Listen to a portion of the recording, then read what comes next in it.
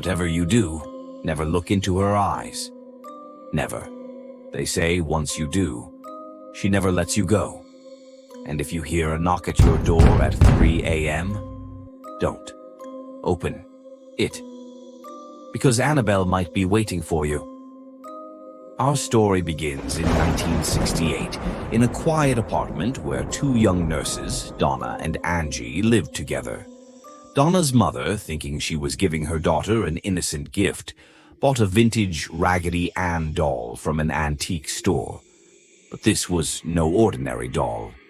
The moment it entered their home, strange things started happening. At first, it was just a feeling, a presence, like someone was always watching them. Then came the cold spots, the flickering lights, the unmistakable sense that something, or someone, was in the room with them. But the worst was yet to come. At first, it was little things. The doll would move slightly when no one was looking, a head tilt, a slight shift. But then, Donna started waking up to find the doll in a completely different room.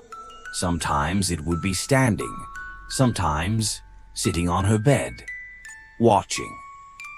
Then, the notes appeared. Crumpled pieces of parchment, written in childlike handwriting, saying, "Help us."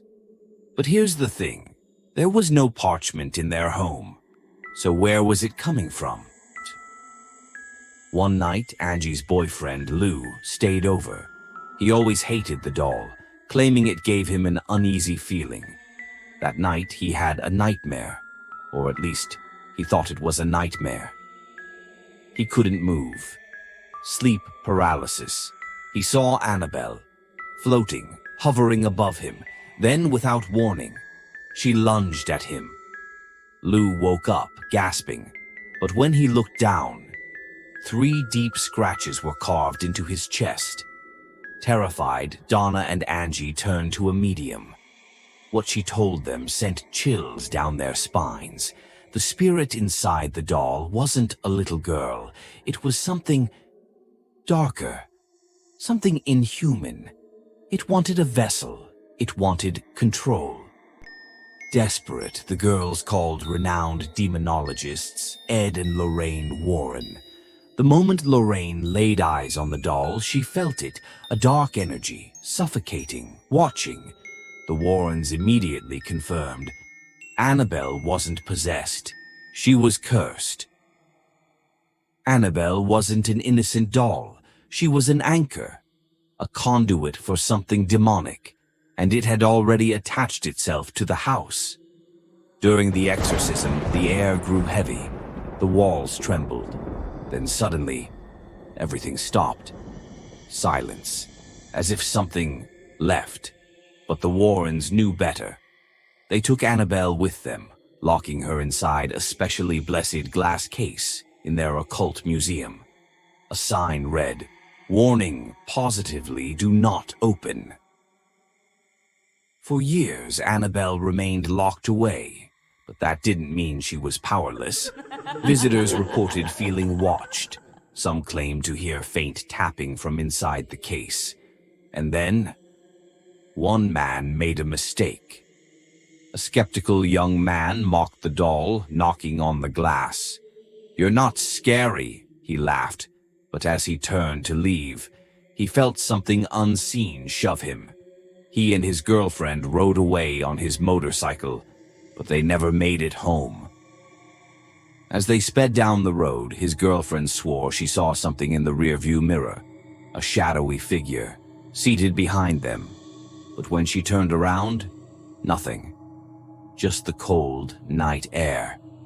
Then, the bike jerked violently, as if something had grabbed the handlebars.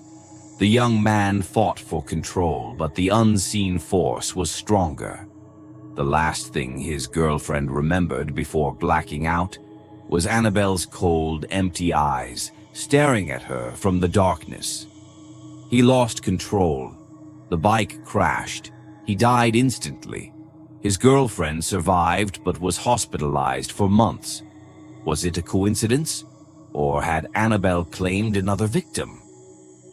Even today, Annabelle remains locked in the Warrens' museum, but some say her spirit is still active.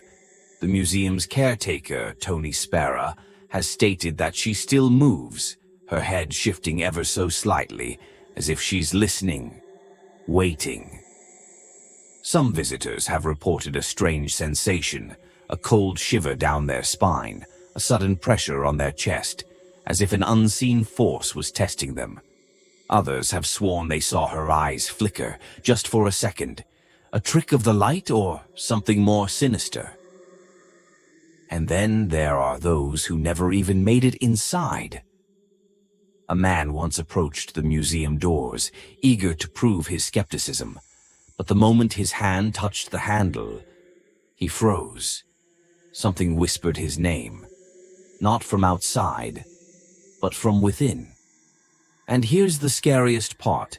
Some claim if you stare at her picture too long, she might just stare back, and worse, she might follow you home. People have reported seeing shadowy figures lurking near the museum after dark. Some say they've woken up at night to find their doors slightly open, their belongings mysteriously moved, and the unmistakable feeling of being watched. So, if you ever come across Annabelle, don't look too long, and whatever you do, don't turn your back. So, tell me, have you ever seen Annabelle in person? Would you dare knock on her glass case? Or better yet, do you feel like you're being watched right now? Sweet dreams, if you can sleep at all.